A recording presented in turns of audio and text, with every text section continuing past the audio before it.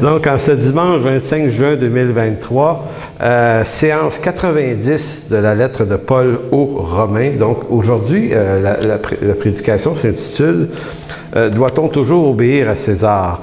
Donc, vous aurez compris que j'utilise le symbolisme de César, qui était le gouvernement du temps de l'apôtre Paul. Et donc, quand on parle de César, on parle du gouvernement, peu importe lequel vous êtes, là, ça reste que c'est ça l'idée. Donc, bien que l'apôtre Paul affirme que les conséquences pour celui qui s'oppose à l'autorité sont extrêmes, il dit dans Romains 13, qu'on va en relire mieux tout à l'heure, ceux qui résistent à cette autorité attireront sur eux-mêmes, contre eux-mêmes une condamnation. Donc, l'apôtre Paul prend ça au sérieux, le respect de l'autorité séculière ici. Donc l'idée, c'est bien que ceux qui résistent à l'autorité s'attireront une condamnation sur eux-mêmes. Y a-t-il néanmoins des circonstances où la résistance s'avère nécessaire, voire commandée par Dieu? Donc aujourd'hui, c'est ce qu'on va explorer et la prochaine semaine aussi. Permettez-moi de prendre le temps pour bien exposer toute cette idée-là, puisque Romains 13 nous permet de le faire. Et si vous voulez un autre chapitre je vais aller lire juste un petit bout, mais il y a également la lettre de Pierre, chapitre 2, qui s'attarde également à notre rapport aux autorités et aux gens de ce monde aussi. Donc, comment on vit ça?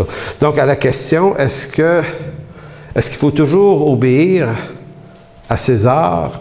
Est-ce qu'il y a des circonstances où la résistance s'avère nécessaire, voire commandée par Dieu? La réponse à ça, c'est oui, il y a des circonstances. Fait que, comprenons-les. Si c'est l'Écriture qui précise la nature de notre obéissance. Donc, on n'obéit pas en fonction de nos propres humeurs, nos propres valeurs, nos propres convictions. Marcher avec Dieu, ça veut dire marcher selon l'Écriture, et peut-être que ça fait pas notre affaire. Mais la question n'est pas de savoir si ça fait notre affaire ou non. C'est ce que dit l'Écriture. Donc, quand on entend beaucoup de croyants, puis quand on se dit ça comme croyant, moi, Jésus est premier dans ma vie, je le suivrai, je ferai ci, je ferai ça. Souvent, on l'entend comme, oui, on veut faire ça dans les choses qui nous sont avantageuses et favorables, mais des fois, il faut suivre Jésus dans des endroits qui sont pas du tout agréables. Et ça peut en être un domaine. Donc, si l'Écriture précise l'importance, la force et la nature de notre obéissance à l'autorité civile, c'est aussi l'Écriture qui précise la nature de ce que pourrait être notre résistance et l'attitude qui doit gérer nos cœurs en pareilles circonstances. Donc, si notre obéissance est précisée dans l'Écriture, la désobéissance qu'on pourrait également offrir à ces autorités-là est également précisée dans l'Écriture. Donc, ça dépend pas de ce qu'on en pense, ça dépend de ce que l'Écriture en dit. Donc, l'Écriture, la Bible, ne doit pas être un livre de chevet seulement. C'est un livre de bons conseils. C'est la parole de Dieu. Même si nous croyons à l'imminence d'un gouvernement mondial, parce que c'est souvent l'argument qui est soulevé en ce moment pour justifier la désobéissance, donc même si on croyait à l'imminence d'un gouvernement mondial dirigé par une élite, poussée par le malin ou l'antéchrist, mettez qui vous voulez dans ça, là, même si c'est ça qu'on pense qui se passe, même à ça, nous devrons rester sobres et prendre pour modèle de résistance et d'obéissance des prophètes comme Daniel, des hommes comme Paul, les apôtres, Pierre, parce que c'est eux nos modèles. Et de quelle façon eux ont vécu ça? Et c'est à leur exemple qu'on doit marcher, puisque nous sommes, par décret divin, sous l'enseignement des apôtres.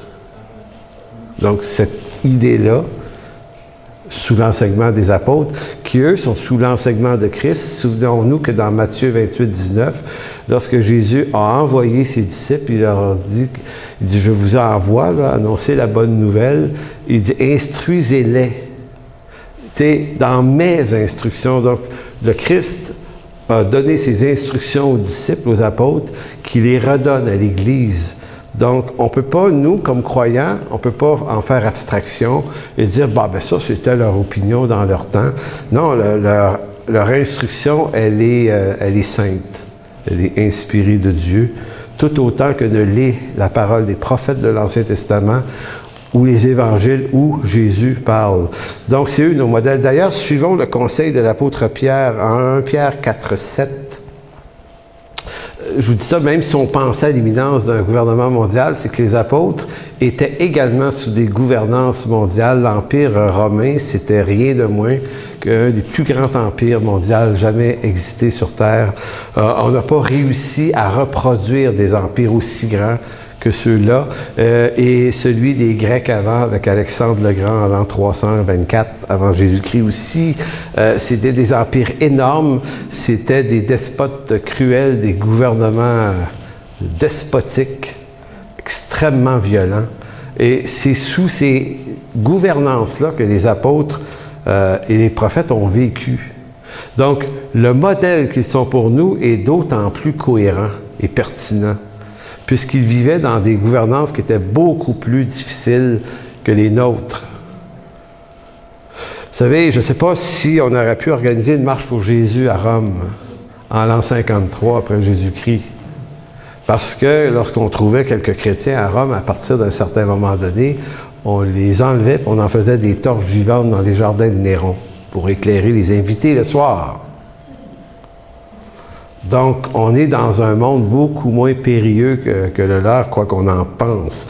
Mais eux vivaient réellement dans des gouvernances non démocratiques.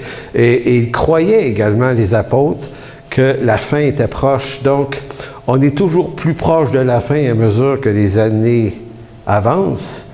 Mais les temps de la fin, c'est des temps qui ont commencé avec la résurrection du Messie. La fin des temps marque la fin des temps prophétique de Daniel et des autres prophètes. Et les temps se terminaient avec l'arrivée du oint de l'Éternel, nous dit Daniel le prophète. Donc, les apôtres disaient maintenant, on est dans la fin des temps. C'est long, la fin des temps.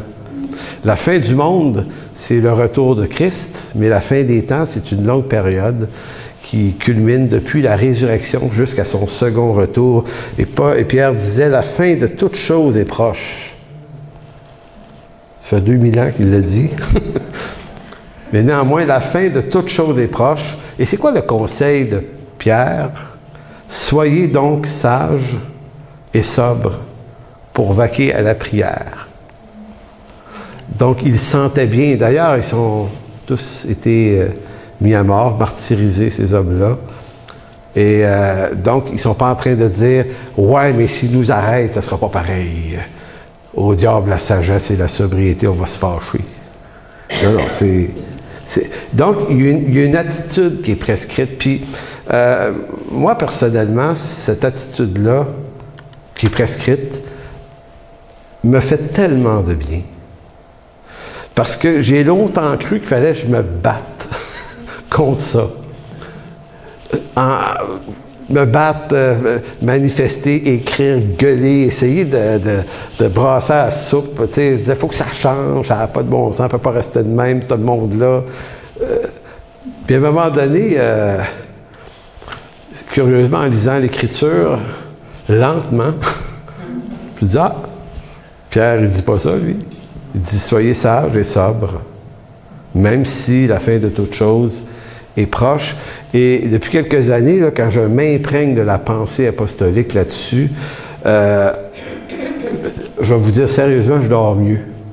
J'ai passé des années, moi, être inquiet, accablé, couchant le soir, voir la folie de ce monde, puis les affaires, puis la déconstruction de l'accident, puis de tout ce qui se passe. J'étais là, c'est pas possible.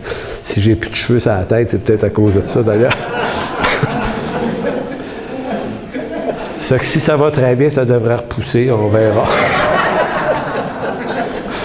Non, mais sérieusement, voyez-vous, on rentre dans des anxiétés prophétiques et eschatologiques, et là, on relit les textes des apôtres, eux autres, c'est comme si ça n'avait pas d'incidence sur leur vie trop, cette affaire-là.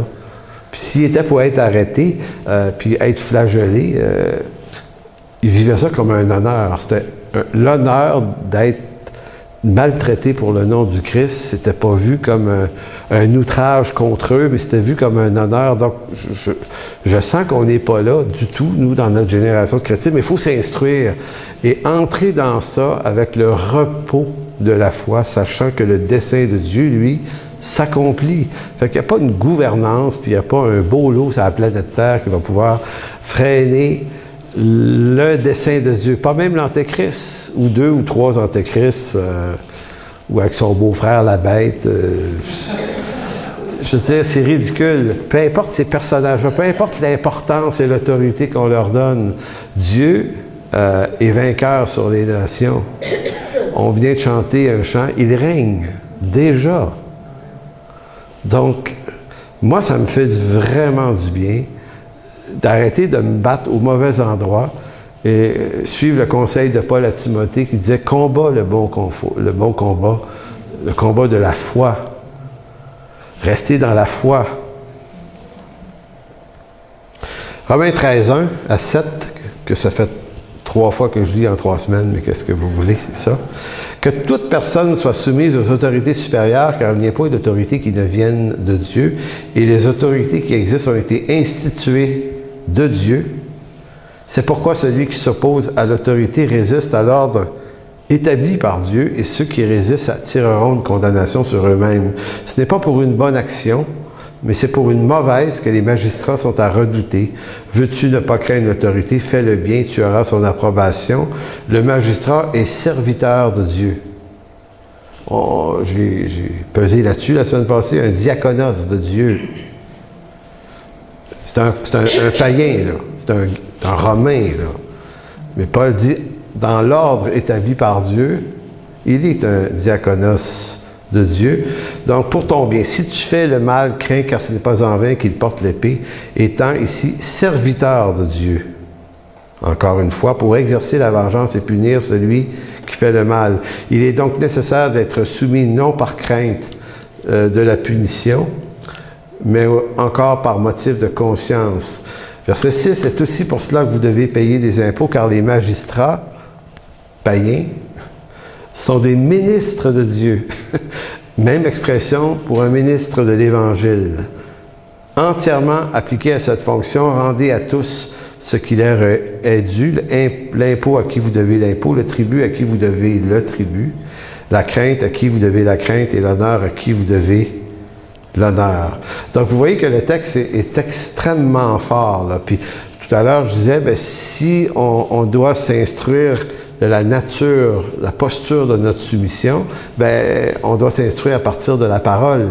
Donc, est-ce qu'il y a des circonstances où on peut résister? Et on va voir aujourd'hui, la semaine prochaine, quelles seraient les clauses d'exception. Mais juste avant, je vous fais tourner dans 1 Pierre 2, 20. 1 Pierre 2, 20 à 23. Parce que les apôtres, notamment ceux qui étaient avec Jésus au moment de son arrestation et de sa crucifixion, et l'apôtre Pierre en fait partie, témoin direct de toutes ces choses, tiennent le même langage que Jésus. Donc, ce que Paul ou Pierre enseigne ne diffère pas de ce que Jésus a enseigné. Et c'est l'apôtre Pierre qui rapporte ce qu'il a observé de Jésus. Et tout le chapitre 2, là, je commence à partir du verset 20, j'ai failli dire on devrait lire tout le chapitre, parce que c'est dans ce chapitre-là qu'il parle aussi un peu plus tôt, quelques versets avant, lui aussi il dit d'honorer les autorités gouvernementales puis les magistrats. Pierre redit en ces mots à peu près la même chose que Paul. Il parle de persécution aussi, de ne pas voir ça comme une chose extraordinaire. Et au verset 20, il aboutit en disant « En effet, quelle gloire y a-t-il à supporter de mauvais traitements de la part des autorités, là, pour avoir commis des fautes. Mais si vous supportez la souffrance lorsque vous faites ce qui est bien, au sens de Dieu, c'est une grâce devant Dieu. Donc, c'est pas une malédiction. C'est quand même fort. Si vous supportez la souffrance lorsque vous faites ce qui est bien, c'est une grâce devant Dieu. Et c'est à cela que vous avez été appelés parce que Christ aussi a souffert pour vous, et regardez bien le prochain segment, vous laissant un exemple afin que vous suiviez ses traces dans la souffrance. Comment lui a traversé ce bout-là. Donc, on pourrait relire son arrestation après la dernière Pâques, le jardin de Gethsémane, de quelle façon il met en arrestation, et Pierre qui panique, qui sac un coup d'épée à un Romain, il chope l'oreille, et il a juste les yeux faire des trucs comme ça, qui est bien calme, qui dit Pierre, on se calme, serre ton épée. Celui qui veut se combattre par l'épée, il va périr par l'épée. Il prend l'oreille. C'est quelque chose, là. Tu sais, il y a des Romains partout, des gros bodys. Prends l'oreille, il replace ça. Tu traites avec l'autre, c'est une joke. Bon, en tout cas, bref, il replace l'oreille à la bonne place, puis bon, OK, bon, arrêtez-moi. Écoutez, Pierre, puis les autres sont en train d'assister, ils ont vraiment assisté concrètement à cet événement-là. Et là, c'est pas dit, Christ a souffert pour vous, vous laissant un exemple. Mais la souffrance de Christ, c'est pas simplement d'avoir été arrêté, ça a été d'avoir été jugé, d'avoir été injurié, crucifié. Et je ne sais pas s'il y en a qui ont vu le film de Jésus là, par Mel Gibson, là, où il se fait... Moi, j'ai jamais voulu regarder ce film-là. Tout le monde, tous ceux qui me l'ont conté m'ont dit que c'est tout le long, c'est les souffrances de Christ. Ça a l'air que c'est pénible à regarder, hein. Fait que je le regarderai pas. Je lis ça. Non, mais je veux dire, on dirait que ça... À chaque fois que je suis venu proche, là... Tu sais, ton Pepsi avec un petit bar de chip à côté, là. Je sais pas. Bon, en tout cas, ça, c'est une autre histoire. Mais remarquez, Christ a souffert pour vous, vous laissant un exemple afin que vous suiviez ses pas, ses traces. Et les apôtres sont ces hommes-là qui ont vu ça. Certains d'entre eux ont pris la fuite, ont eu peur, mais ça a été effrayant, cette affaire-là. Effrayant.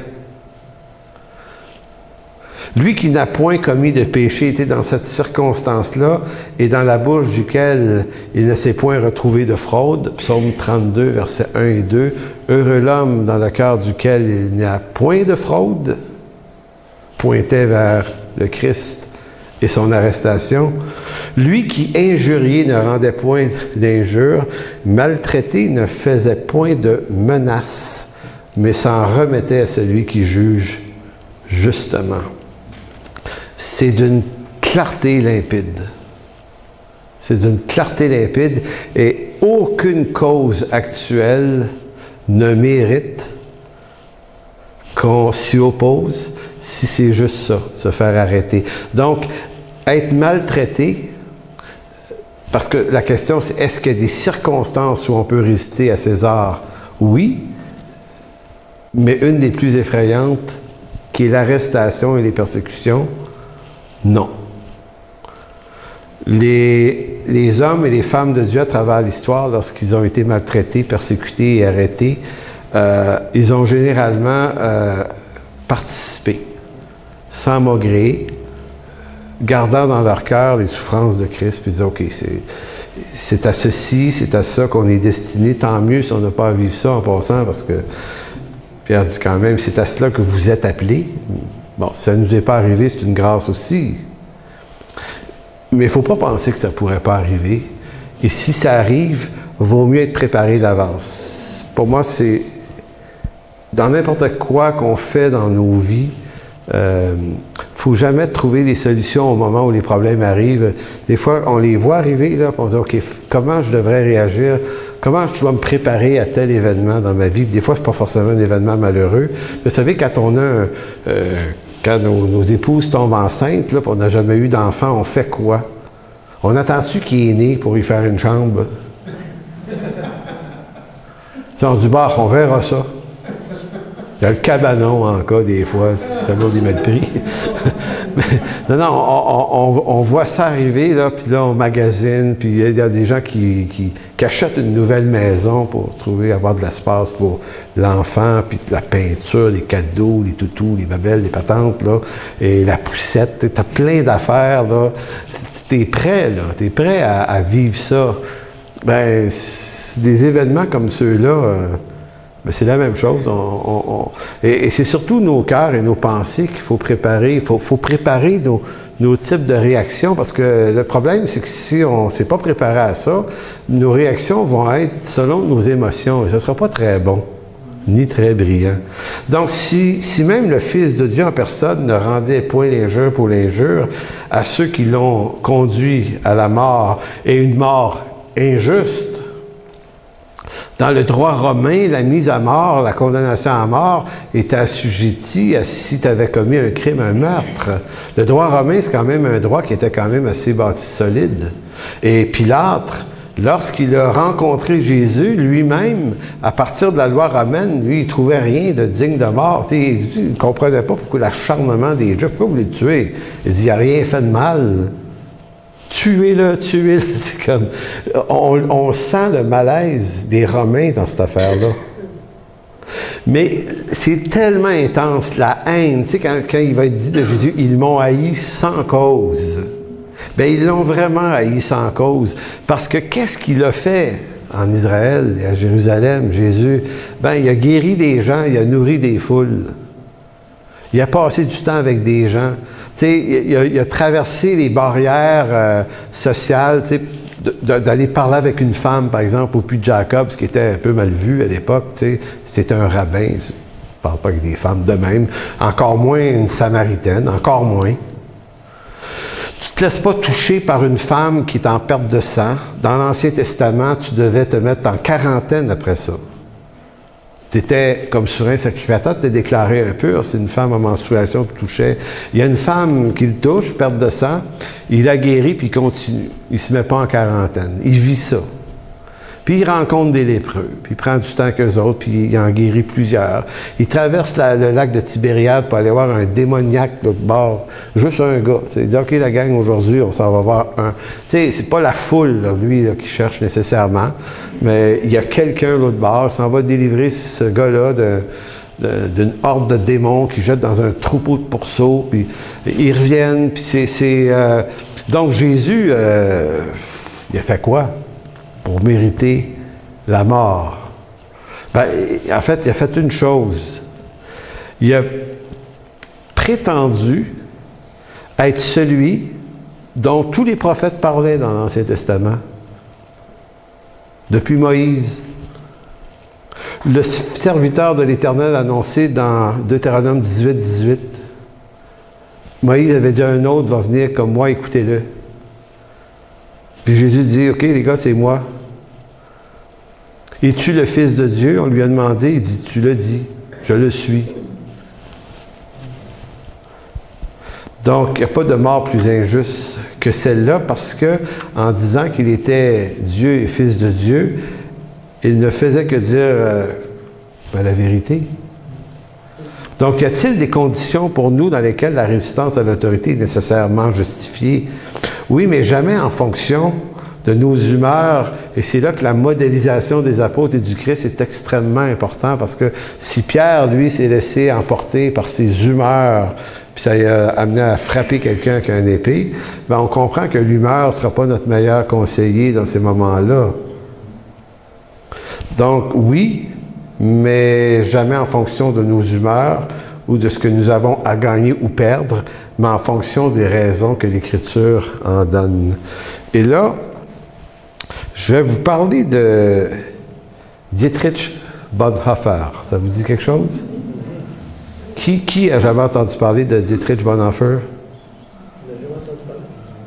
Qui n'a jamais entendu parler? Non? OK, tant mieux.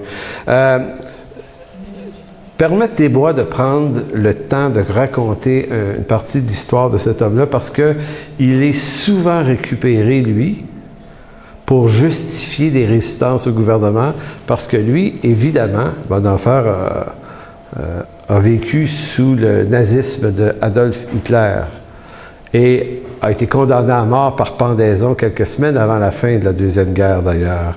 Et souvent, ce qui est dit de lui, ce qu'on nous rapporte de lui, ne tient pas compte de ce que lui raconte de lui-même. Pendant la pandémie, ne trouvant pas dans la Bible des textes qui permettent la résistance au gouvernement, qui n'était pas une grosse affaire en passant, c'était pas de la persécution ben là. Mais on pouvait voir ça comme ça si on voulait. Mais même si on décidait de voir ça comme ça justifiait pas des prises de position et de l'injure contre les gouvernements. Maintenant, ce qu'il faut remarquer, c'est que quand on ne trouve pas dans la Bible quelque chose qui nous donne le droit, qui nous ouvre une porte pour entrer dans l'émotion des choses, ben, on va essayer de trouver quelqu'un de crédible. Alors, beaucoup se sont mis à parler de Bonhoeffer, qu'aurait fait Dietrich Bonhoeffer ici, tu sais, puis Bonhoeffer aurait... Parce que Bonhoeffer, du temps de Hitler, a résisté. Maintenant, vous dites, OK, est-ce que vous savez de qui on parle quand on parle d'Adolf Hitler? Tu sais, c'est parce que déjà, se comparer à Bonhoeffer, c'est comparer nos gouvernements au nazisme. Je ne sais pas si vous le savez, la différence entre les deux. C'est catastrophique, la différence entre les deux. Tu sais, il y a même une notion en psychologie, il y a un mot, j'ai oublié le mot, tu sais, pour les gens qui utilisent des exemples, mais qui ont diamétralement pas de bon sens. Tu sais, pour essayer de voir ton point, tu vas chercher le pire de l'histoire, tu sais. Tu sais, c'est un peu comme si tu disais, moi, j'ai entendu des voix, quand on évangélise, tu sais, il y a des gens qui vont dire, ouais, mais moi, je suis pas pécheur tant que ça, je suis une bonne personne, tu sais, j'ai jamais tué personne, tu sais, je suis pas comme Hitler, tu sais. Tu dis, j'espère que t'es pas comme Hitler, ça te dégage, ça te sauve pas, là, de pas être comme Hitler, là, c'est vraiment, c'est vous qui prend le pire. Donc, souvent, quand on parle de Hitler, on parle de l'homme, on dit ceci, là. En gros, on dit lui, il s'est levé contre le nazisme et il a fait partie d'un groupe qui a comploté pour faire assassiner Hitler. Et il a manqué son coup, ils se sont fait arrêter, puis ont été exécutés. C'est en gros ce qu'on entend au sujet de Bonhoeffer, mais c'est très, très gros aussi comme histoire. En fait, voici l'histoire de Bonhoeffer. Bonhoeffer est un pasteur protestant, si ma mémoire est bonne, luthérien, disciple de Karl Barth, un homme assez connu dans les cercles théologiques nord-américains et britanniques aussi. Il était pas vieux, ce gars-là, à peine la trentaine, mais c'est un espèce de génie qui réfléchit au-dessus de la moyenne et qui était reconnu pour son extrême intelligence spirituelle. Et lui, au moment où la guerre éclate, il vit aux États-Unis, il ne vit plus en Allemagne, il est à New York. Et puis parce que il y a des excellents endroits pour enseigner là. Et puis, il n'est pas marié encore, il a une fiancée. Et puis, lui, déjà, s'est prononcé contre le Troisième Reich de Hitler. Est-ce qu'il a bien fait de le faire? Est-ce qu'il y avait raison de s'opposer à ce type de régime-là? Oui. Tu sais, y a-t-il des raisons? Oui. Pourquoi? Parce que l'Écriture nous dit « tu ne tueras point ».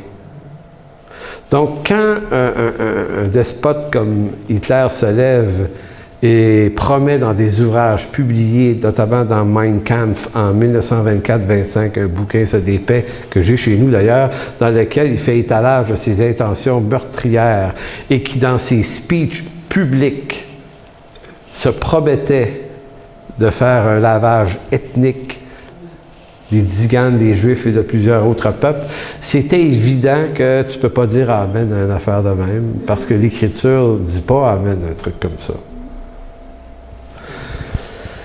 Donc, lui était absolument pas d'accord avec ça, mais au moment où la guerre éclate, lui a un gros problème de conscience. Il décide de retourner en Allemagne, puis ses amis américains lui disent « Tu devrais pas, parce que tes positions sont déjà connues quand même. pas connu de tout le monde, mais c'est dangereux pour toi. Et lui avait la conviction qu'il devait traverser ce moment difficile pour l'Allemagne auprès des Allemands.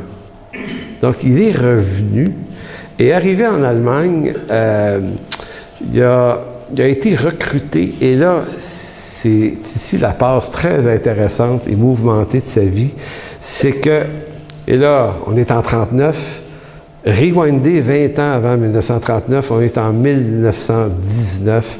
Que se passe-t-il en 1919? La Première Guerre vient de terminer, c'était l'Allemagne aussi, et à Paris, il y a un accord. L'accord de Paris prévoit ceci, c'est que l'Allemagne ne pourra plus posséder de grandes armées et une économie réduite. On maintient une dette astronomique sur les Allemands, mais ils ont le droit d'avoir une petite armée, parce qu'ils ont quand même le droit de se défendre, mais une armée insuffisante pour refaire une autre guerre. C'est ça que l'accord de Paris prévoit en 1919 au Palais des Glaces. Et voici que il y a des militaires qui sont nommés pour s'occuper de cette armée-là, dont un certain Wilhelm Canaris, un amiral de l'armée allemande, qui, lui, va avoir à s'occuper de ça, et lui et d'autres, pas tout seul. Et Bonhoeffer rencontre cet homme-là et fait de l'aumônerie militaire. Ça, c'est avant qu'il déménage aux États-Unis. Donc, il est connu dans le milieu militaire, Bonhoeffer, parce que lui est comme militaire, mais un aumônier militaire, c'est aussi un militaire. Même ici au Canada, les aumôniers militaires portent l'uniforme. Fait que Bonhoeffer fait des trucs comme ça. Quand il revient en 1939 en Allemagne, cette division-là de l'armée avait développé ce qu'on appelle un service de renseignement.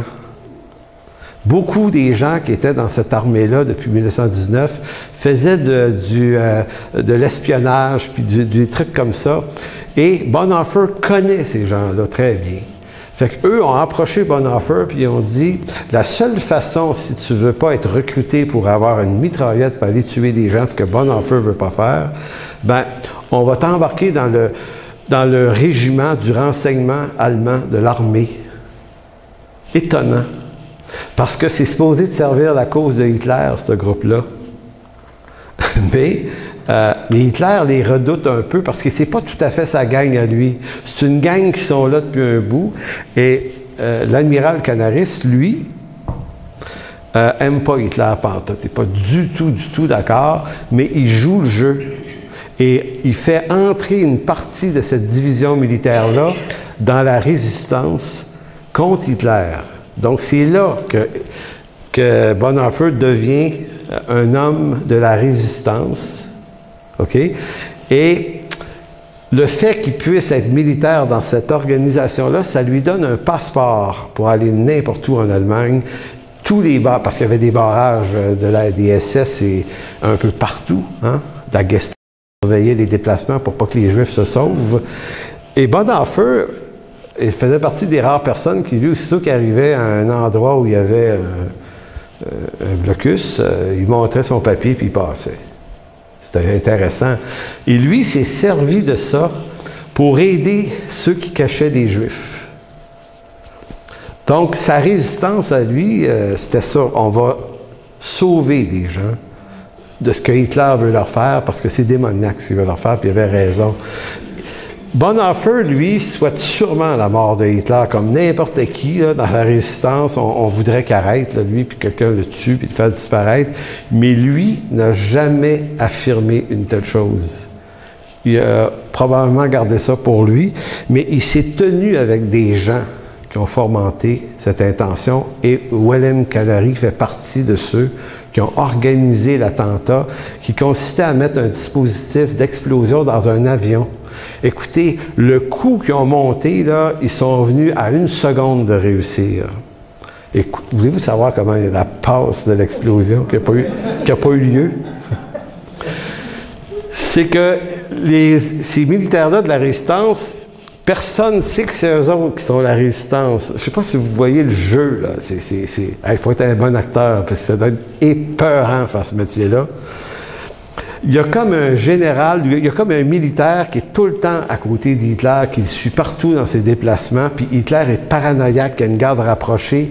Et puis, il y a un des gars dans la gang qui est un ami de Canaris et des autres, mais il sait pas que Canaris et ces gars-là sont contre Hitler secrètement. Et là, il y a une situation, il monte un coup comme quoi il faudrait donner un cadeau à ce militaire-là en échange d'une bouteille de vin qu'il leur avait amené. Ils ont monté un coup pour que le gars leur offre du vin pour pouvoir lui en offrir en retour. Et lui offrir ça au moment où il allait prendre l'avion avec Hitler. Mais dans les bouteilles, il y avait un dispositif à distance qui devait exploser à un signal après que l'avion soit décollé et Hitler serait mort. Le mécanisme n'a pas marché. Certains ont dit souveraineté de Dieu, c'est bizarre. Mais Bonhoeffer, c'est pas lui, c'est des amis à lui. Lui est probablement même pas au courant, ça c'est pas clair, mais ils ont tous été arrêtés. Canary et les autres ont été rapidement fusillés ou pendus, ça n'a pas été long. Mais Bonhoeffer, son statut à lui, il a juste été arrêté parce qu'on a découvert qu'il se servait de ses passes pour faire circuler de l'information pour cacher des gens, puis c'était ça qu'il faisait, surtout lui. Mais à cause qu'il a fait ça, puis qu'il était l'ami d'eux, il est passé dans le tordeur des arrestations, puis s'est retrouvé en prison, mais on l'a pas fusillé, lui. Fait qu'il y en a dit, pourquoi il ne fusille pas, lui? Parce que on savait que c'était pas vraiment lui qui avait fomenté cette intention-là. Et lui, dans ses lettres, et moi j'ai lu ses lettres, il y a un bouquin qui est les lettres de Bonhoeffer en prison. C'est des lettres à ses parents, des lettres à son beau-frère, des lettres à sa fiancée, des lettres à des avocats, il y a plein de lettres. Il écrivait à tous les jours, c'est énorme, c'est rough à lire ce livre-là, parce que c'est juste des lettres, il répond. Puis dans ces lettres, il rejette l'accusation d'avoir eu l'intention, parce que Bonhoeffer est un homme d'Église et il croyait que l'Église pouvait s'opposer à Hitler et devait s'opposer à Hitler. Malheureusement, une partie de l'Église d'Allemagne ne le faisait pas, par peur, hein, c'était épeurant quand même s'opposer à Hitler, mais il croyait qu'elle aurait dû, mais il croyait pas que c'était à l'Église d'assassiner un dirigeant. Et c'est important, cette affaire-là, parce que de l'intelligence pour Bonhoeffer, c'est comme cette autorité-là, aussi despotique qu'elle puisse être, elle va devoir rendre des comptes au Seigneur, et si quelqu'un doit l'arrêter, c'est pas l'Église, c'est un gouvernement, c'est une armée, c'est d'autres choses qui doivent agir sur lui. L'Église n'est pas appelée à faire ce genre de choses. Puis il avait raison. Maintenant, pourquoi ils l'ont-ils tué quand même? Parce qu'au moment où la guerre allait prendre fin à la fin, il a l'air d'un gars qui est resté coincé en prison, on ne sait pas trop quoi faire avec lui. Puis par vengeance, on a éliminé une couple de gars de même, puis il s'est fait pendre. Donc, à toutes les fois qu'on utilise Bonhoeffer pour justifier qu'il serait correct pour un chrétien de participer à un complot en vue d'assassiner un homme politique, on utilise faussement Bonhoeffer parce que c'est pas nécessairement les intentions qu'il a eues. En fait, c'est clairement une intention qu'il disait ne pas avoir eue, à moins qu'il ait menti dans ses lettres. Mais moi, je pense que Bonhoeffer est un homme suffisamment droit pour ne pas avoir menti. Donc, vous voyez un petit peu toute cette espèce de validation. Je vais terminer là-dessus aujourd'hui. Je voulais penser me rendre plus loin, mais je ne vais pas me rendre plus loin. Je vais juste rappeler un commentaire de John Montgomery Boyce sur Bonhoeffer, tu sais, voulant montrer que un homme comme Bonhoeffer ne pouvait pas ignorer la séquence de David et Saül dans le premier livre de Samuel. Saül, au moment où il apprend que David a été oint pour devenir roi, est rentré dans une folie, une démence démoniaque, et s'est mis en route pour vouloir assassiner David à tout prix. Et David la seule résistance, tu sais, est-ce qu'on peut résister? On répond à la question, y a-t-il des moments où tu peux résister à César? Ben, la seule forme de résistance que David pouvait faire, c'était de partir. Et c'est souvent ça qui est le mieux. Dans une situation de conflit extrême, vaut mieux partir que de devenir méchant et de devenir un assassin. Fait que David a quitté, puis a été parti longtemps, et à deux reprises, Dieu a fait en sorte que David, par, je dis coïncidence, mais par Dieu-cidence, se retrouve à En-Guédi dans des grottes où séjournait Saül pour faire ce qu'on appelle un numéro 2. Parce que l'expression qui... c'est quoi déjà l'expression? Il s'est couvert les pieds, ouais, c'est ça, ça voulait dire, paraît-il. Un numéro 2 suivi d'un petit sommeil, peut-être. Parce que et là, voyez la force et l'intelligence spirituelle de David, et ça doit être notre guide. David se retrouve dans cette grotte-là, un hasard extraordinaire, et là, les amis de David lui disent, David, voici l'Éternel, livre ton ennemi entre tes mains. Vous savez, les lectures de coïncidences, parce que nous, on prend les coïncidences parce qu'ils sont toujours envoyés de Dieu, mais comme une approbation, alors que David est plus brillant que ça. Lui, il voit ça comme un test. C'est pas parce que Dieu, dans sa souveraineté, a permis la coïncidence que ça l'autorise à faire une exception et si on veut, à désobéir à quelque chose qu'il connaît de l'Écriture par rapport au roi. Et lui, il va répondre à ses serviteurs et dit que l'Éternel me garde de commettre un tel crime contre le oint de l'Éternel. Écoutez, ça prend plus de foi pour dire une chose comme ça, dans une situation comme ça, que pour prendre une épée puis trancher la tête du gars, parce que tout le monde aurait été d'accord avec David. La foule disait, Kierkegaard, c'est le mensonge. Donc, c'est pas parce que la foule veut quelque chose, puis c'est pas parce que la foule est énorme, puis elle veut quelque chose. Plus la foule est grande, plus le quotient intellectuel de la foule baisse. Il y avait quelqu'un qui avait dit une fois, je ne sais pas si c'est vrai cette affaire-là, il disait, le quotient intellectuel moyen d'une foule, c'est celle d'un enfant de 8 ans. Bon.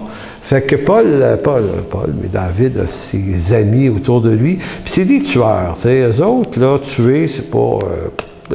David aussi, d'ailleurs, tu sais, il n'est pas sentimental, mais il a tué du monde avant, les guerres. Fait que, écoutez, je le disais la semaine passée, il a tué Goliath. Il a coupé la tête, puis il a pris la tête, il a montré ça à tout le monde, tu sais. Fait que lui, là, ça dégouline, là, c'est pas, ça n'empêche pas de souper à soir, cette affaire-là. Moi, oui, pas lui.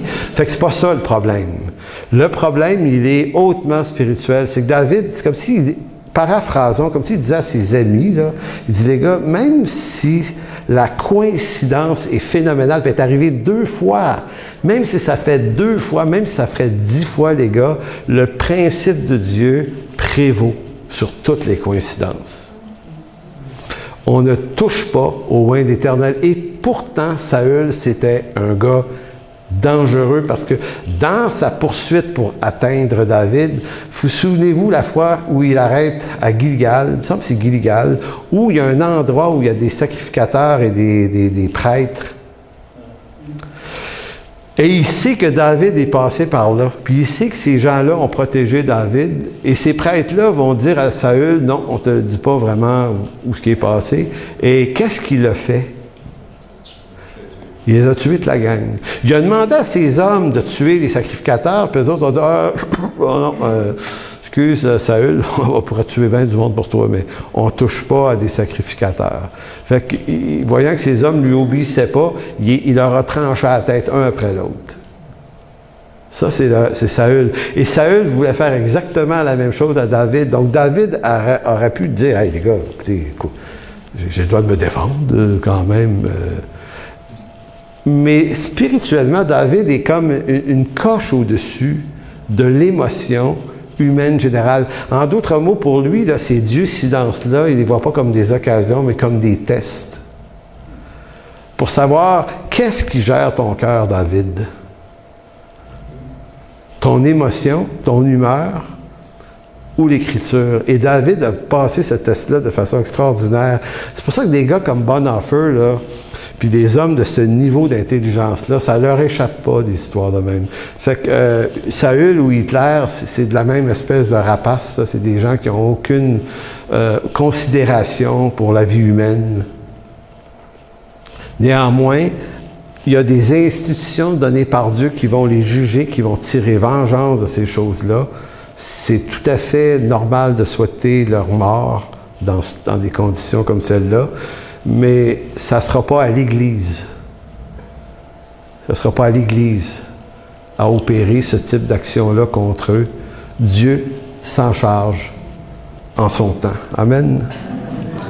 Alors, merci, Père, de bénir abondamment ce moment ensemble dans ta parole. Seigneur, puisse ce genre de texte biblique nourrir et renouveler notre intelligence. Seigneur, sachant qu'on entre dans des moments difficiles, puis on ne sait pas jusqu'à quel point où ça va aller, les vents contraires sont quand même présents en ce moment de plus en plus contre ceux qui t'aiment, un peu partout en Occident.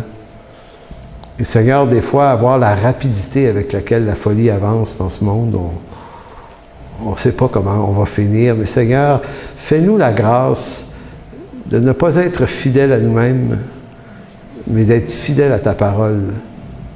Seigneur, il y a des situations qui vont demander beaucoup de courage, et ce courage-là ne nous habite pas naturellement. Devant l'adversité, ça va être terrible. Mais Seigneur, puisse ta grâce nous encourager par le courage que tu nous donnes en des moments comme ceux-là. Et puisses-tu, Seigneur, par ta parole, nous instruire, nous préparer pour des jours difficiles. Et Seigneur, tant mieux si ces jours difficiles s'éloignent de nous et que par un réveil ou par une autre action souveraine de ta part, tu changes les temps. Ça aussi, c'est souhaitable.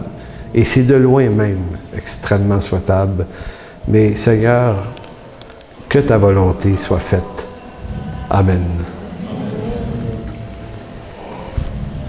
J'ai baissé la table.